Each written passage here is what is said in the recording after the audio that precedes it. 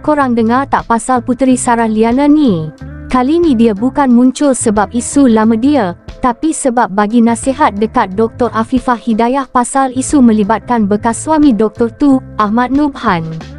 Cerita dia macam ni. Puteri Sarah tinggalkan komen dekat akaun Threads Dr. Afifah, bagi nasihat supaya Dr. Afifah kawal emosi dan bertindak dengan lebih bijak. Kata Puteri Sarah, benda-benda perancangan ni tak perlu dicanang awal-awal dekat media sosial.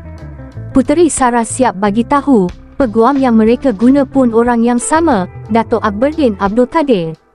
Dia puji peguam tu sebagai seorang yang baik dan berpengalaman. Nasihat dia, duduk berbincang elok-elok dengan peguam, dengar pandangan profesional dan biar tindakan dibuat secara senyap. Menurut Puteri Sarah, jangan dedahkan apa-apa rancangan. Biar tahu-tahu je, tindakan dah dibuat. Bagi kejutan dekat pihak sana, barulah nampak kemas dan matang.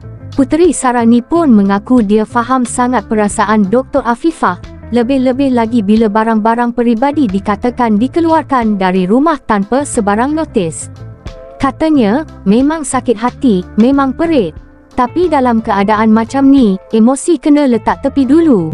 Dia kata lagi, bertindak kena guna kepala, bukan hati semata-mata. Rancang betul-betul, jangan gopoh, jangan ikut perasaan marah. Menariknya, Dr. Afifah balas komen tu dengan nada yang sangat rendah diri. Dia mengaku isu ni masih baru untuk dia dan banyak benda dia tengah cuba hadam.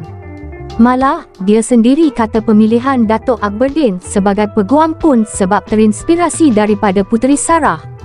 Dr. Afifah ucap terima kasih atas nasihat yang diberikan dan janji akan cuba bersabar, tapi dalam masa yang sama tetap tegas mempertahankan hak sendiri. Dia harap Allah permudahkan segala urusan dan sempat panggil Puteri Sarah dengan panggilan manis, darling. Kalau tengok dari luar, nasihat Puteri Sarah ni bukan sekadar cakap kosong. Ia datang dari orang yang pernah lalui fasa yang hampir sama. Sebab tu nasihat dia nampak matang, tenang dan penuh strategi. Pendek kata, dalam situasi panas macam ni, diam, rancang dan bertindak dengan bijak mungkin lebih berkesan daripada terlalu banyak bercakap.